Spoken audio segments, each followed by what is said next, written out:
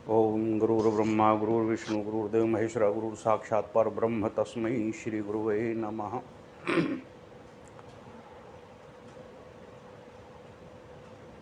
बहुत से साधकों का शक्तिपात से संबंधित ज्ञान प्राप्त करने के लिए मेरे पास में विगत काफ़ी समय से यह जानने का प्रयास कर रहे हैं कि शक्तिपात जो प्रक्रिया है, जो इस समय बहुत से भारतवर्ष में स्वामी निखिलेश्वरानंद का अपना उत्तराधिकारी मानकर,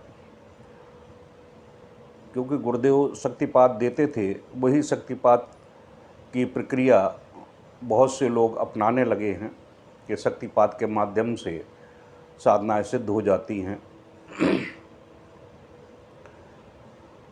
तो कई लोगों ने मेरे से प्रश्न किया है कि हमने 8 बार 10 बार 20 बार शक्तिपात ले लिया है और मेरे लाखों रुपए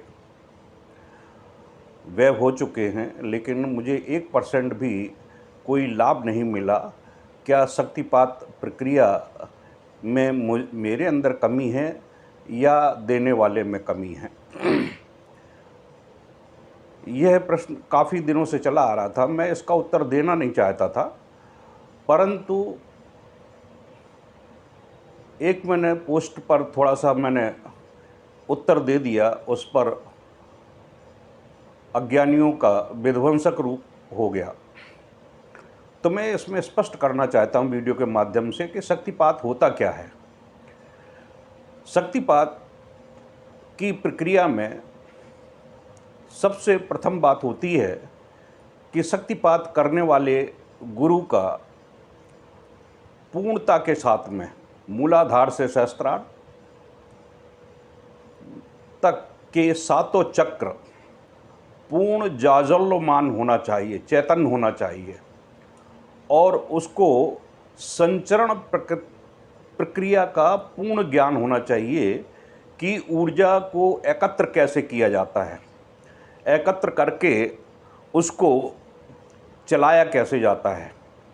जैसे कि मिसाल के तौर पर एक टॉर्च होती है।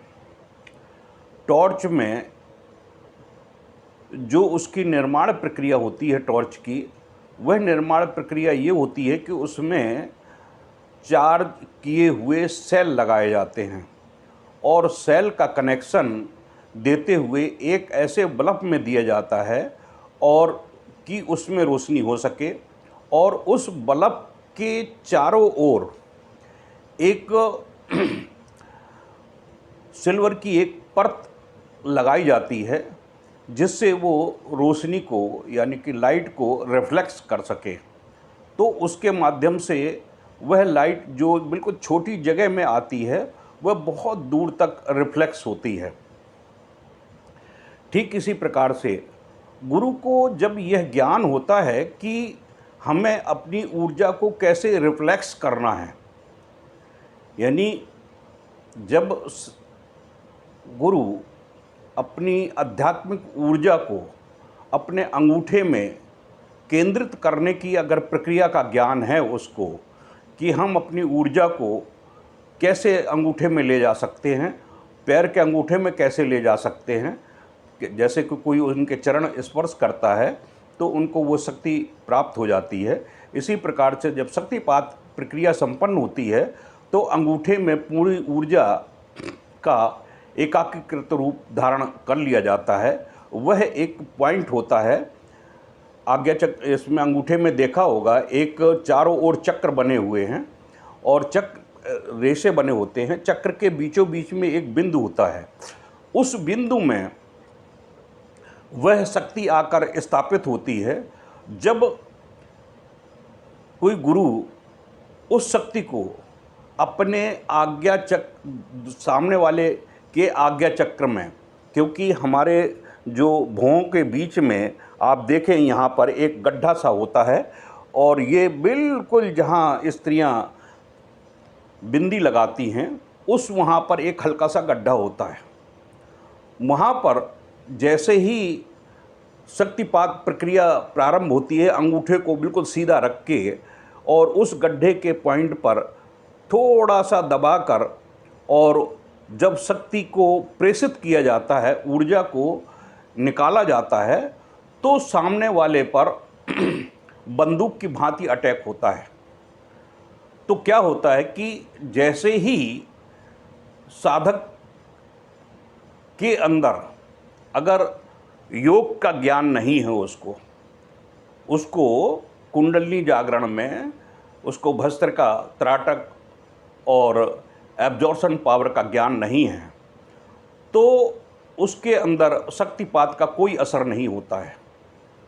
वह ऊर्जा को एब्जॉर्ब नहीं कर पाता है। नतीजन ये होता है कि जैसे ही वो ऊर्जा रिफ्लेक्स होती है, धक्का मारती है, तो जैसे बंदूक की गोली निकलती है, तो अगर अज्ञानी कोई जो परफेक्ट सिपाही नहीं होता है, अनाड़ी आदमी को दे दिया जाए, तो वो झटके से बंदूक का इतना प्रेशर होता है कि वो पीछे धक्का मारती है तो गिर भी जाता है, क्योंकि वो बड़ी रिफ्लेक्स के साथ में आगे की तरफ बढ़ती है।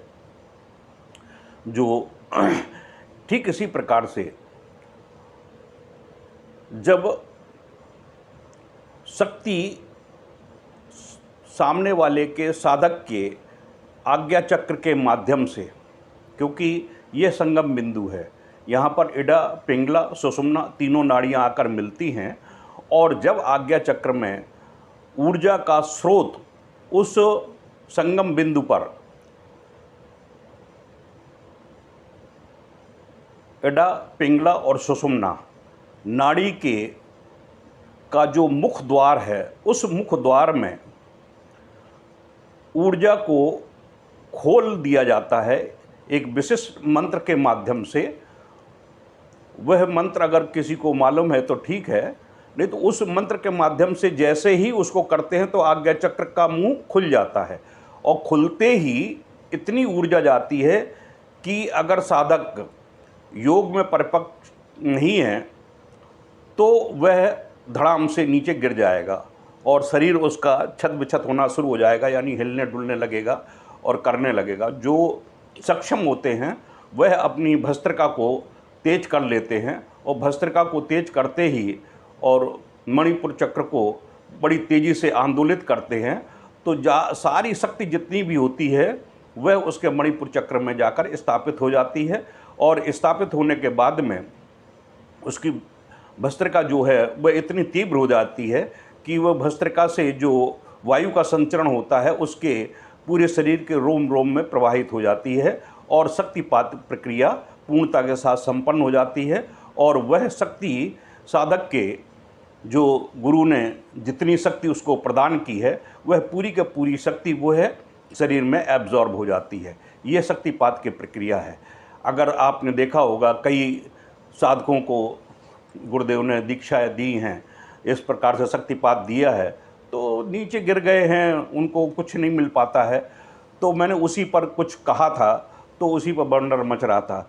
शक्तिपात की प्रक्रिया ये है कि शिविरों में गुरुदेव ने बहुत से लोगों को शक्तिपात प्रक्रिया संपन्न की है, दृष्टि के माध्यम से भी, अंगूठे के माध्यम से भी। जब अंगूठे के माध्यम से हम लोगों को शक्तिपात प्रक्रिया करते थे, 10 साधकों को, 15 साधकों को एक साथ बैठा देते थे और लेते थे, तो जैसे ही क्रम से लगते चले जाते थे तो भस्त्रिकाएँ चालू हो जाती थी। मेरी है, चंद्रा सिंह पहल की है, डॉक्टर बनर्जी की है, और भी बहुत से साधक जो और बहनें होती थी, उन सभी की आराम से भस्त्रिका चल जाती थी और आराम से शक्तिपात प्रक्रिया को एब्जॉर्ब कर लेते थे, और वह आगे चलकर सफलीभूत होती थी। अब जिन लोगों को इस प्रकार की शक्तिपात प्रक्रिया मिलती है और वो अगर नीचे गिर जाते हैं तो उनको कोई लाभ नहीं मिलता है। उसी पर मैंने बात कही थी, उसी पर बवंडर मच रहा था, इसलिए मुझे यह सूक्ष्म वीडियो बनाना पड़ा। अब आप लोगों को ये ज्ञान हो गया होगा कि शक्तिपात प्रक्रिया क्या होती है। इति श्री।